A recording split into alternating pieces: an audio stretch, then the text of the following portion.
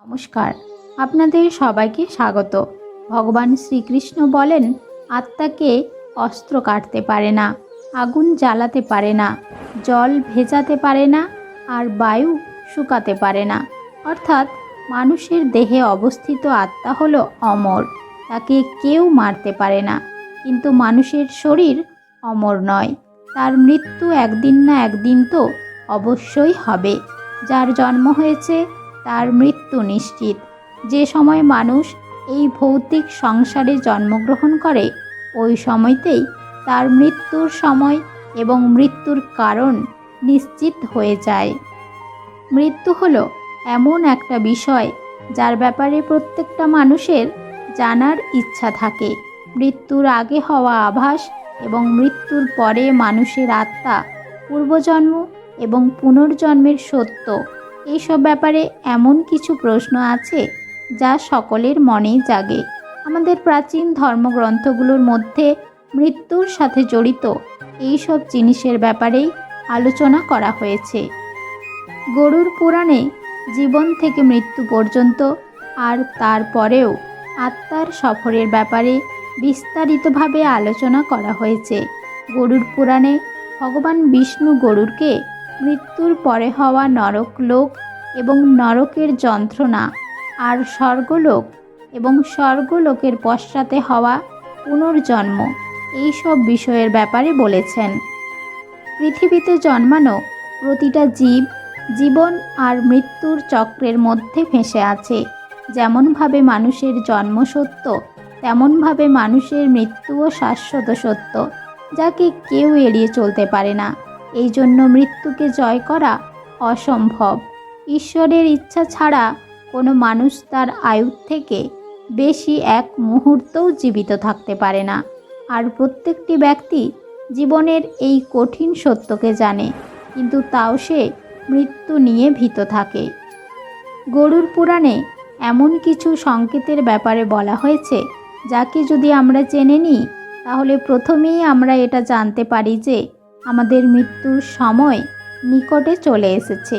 তাহলে চলুন, আজকের এই ভিডিওতে আমরা আপনাকে বলবো যে ভগবান বিষ্ণু গরুড়কে মৃত্যুর পূর্বে পাওয়া এমন কোন কোন সংকেতের ব্যাপারে বলেছেন। প্রথম, গরুড় পুরাণ অনুসারে যখন মানুষের মৃত্যু নিকটে আসে, তখন তার ছায়া তার সঙ্গ ছেড়ে দেয়। এমন সময় মানুষ তেল জলে নিজের ছায়া অথবা প্রতিবিম্ব দেখতে পায় না। যদি কোনো ব্যক্তির সাথে এমনটা হয়, তাহলে তার বুঝে নেওয়া উচিত যে তার অন্তিম সময় এবার নিকটে চলে এসেছে। দ্বিতীয়ত, যখনই মানুষের মৃত্যু নিকটে আসে, তখন সে তার আশেপাশে নিজেদের পূর্বপুরুষদের দেখতে পায়। সে নিজের আশেপাশে নিজেদের পূর্বপুরুষদের অস্তিত্ব অনুভব করতে পারে। তারা আশেপাশে ছায়ারূপে ঘুরে বেড়ায়, আর মানুষ এটা বুঝে যায় যে তার মৃত্যুর সময় নিকটে চলে এসেছে। তৃতীয়ত, যখনই কোনো মানুষের মৃত্যু নিকটে আসে, তখন তার শরীর থেকে একটা অদ্ভুত প্রকারের গন্ধ আসতে থাকে, যেটা তার একদমই ভালো লাগে না। এই গন্ধটা পেলেই মানুষের বুঝে যাওয়া উচিত যে তার অন্তিম সময় এবার নিকটে চলে এসেছে।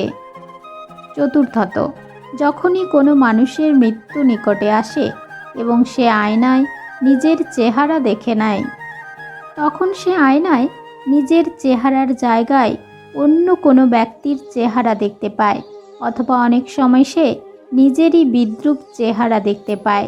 এই আয়না তাকে সামনে আসা মৃত্যুর ব্যাপারে জানিয়ে দেয়।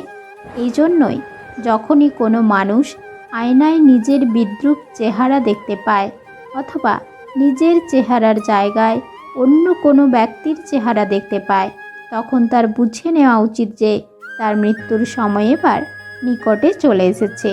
পঞ্চমত, যখন মানুষের মৃত্যু কাছে চলে আসে, তখন তার শরীর হলুদ অথবা হালকা লাল দেখতে লাগে।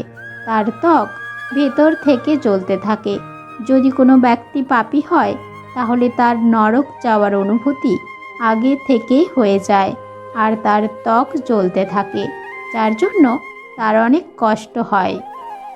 ষষ্ঠত, যখন মানুষের মৃত্যু নিকটে আসে, তখন সে আর চন্দ্র সূর্যের আলো দেখতে পায় না, কখনো সে চাঁদ ভাঙা অবস্থায় দেখতে পায়।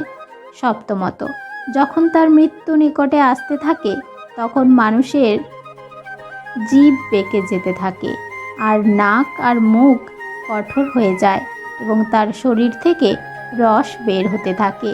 এর মধ্যে থেকে বেরোনো দুর্গন্ধ দ্বারা সে অতিষ্ঠ হয়ে যায় আর সে নিজেই তার মৃত্যু কামনা করতে থাকে। অষ্টম, যখন মানুষের মৃত্যু কাছে চলে আসে তখন তার চোখ এতটা কমজোর হয়ে যায় যে তার আশেপাশে বসে থাকা লোকজনও সে আর দেখতে পায় না, অর্থাৎ তার চোখের দৃষ্টিও কমজোর হতে থাকে। নবম, যে মানুষ জীবনে ভালো কাজ করেছে, যে জীবনে পুণ্য অর্জন করেছে, তার মৃত্যু যখন কাছে আসে তখন সে তার চোখের সামনে একটা দিব্য আলো দেখতে পায়, আর এরকম ব্যক্তি মৃত্যুর থেকে ভয় পায় না। কিন্তু যে ব্যক্তি পাপ করেছে সে মৃত্যু আসলে নিজের চোখের সামনে ভয়ঙ্কর রূপের যমদূত দেখতে পায়, যার থেকে ভয় পেয়ে সে কাঁপতে থাকে এবং নিজের পাপ কর্মকে দোষ দিতে থাকে। তাহলে বন্ধুরা, এইগুলো ছিল সেই সব সংকেত যা মৃত্যু আসার আগে থেকে মানুষ পেয়ে থাকে। এবার কিছু অনুপ্রেরণামূলক উক্তি শুনে নেওয়া যাক। জীবনের নিয়ম একটা কথা শিখিয়েছে যে গভীর আঘাত কোনো আপনজনই দিয়েছে। আমার আপনজনেরাই আমাকে শিখিয়েছে যে কেউ আপন হয় না। আমি ভালো হয়েও দেখে নিয়েছি, কিন্তু তাও লোকজন খারাপই বলে। কিছু জিনিস জেদের জন্য নয়, বরং আত্মসম্মানের জন্য ছাড়তে হয়। তুমি সম্পর্ক বানিয়েও বা কী করে নেবে যখন তোমার সামনের ব্যক্তি সেটা পালনই করতে চায় না? যদি কেউ তোমাকে ছাড়া খুশি থাকে তাহলে তাকে খুশি থাকতে দাও। সবসময় তার পিছনে পড়ে থেকে নিজের সেলফ রেসপেক্টকে কখনোই হারিও না। বন্ধুরা, আজকের ভিডিওটি এ পর্যন্তই। যদি ভালো লেগে থাকে তাহলে অবশ্যই একটি লাইক করবেন এবং আপনার মতামত আমাকে জানাবেন, আর কমেন্টে জয় শ্রীকৃষ্ণ লিখতে ভুলবেন না। যদি চ্যানেলটি এখনও সাবস্ক্রাইব না করে থাকেন, চ্যানেলে নতুন হন, তাহলে চ্যানেলটি সাবস্ক্রাইব করুন। এই চ্যানেলের মূল উদ্দেশ্য হলো মানুষের মধ্যে পজিটিভিটির সঞ্চার করা। তাই চ্যানেলটি সাবস্ক্রাইব করে আমার পাশে থাকুন। ভিডিওটি দেখার জন্য অসংখ্য ধন্যবাদ। জয় শ্রীকৃষ্ণ বন্ধুরা, ভালো থাকুন।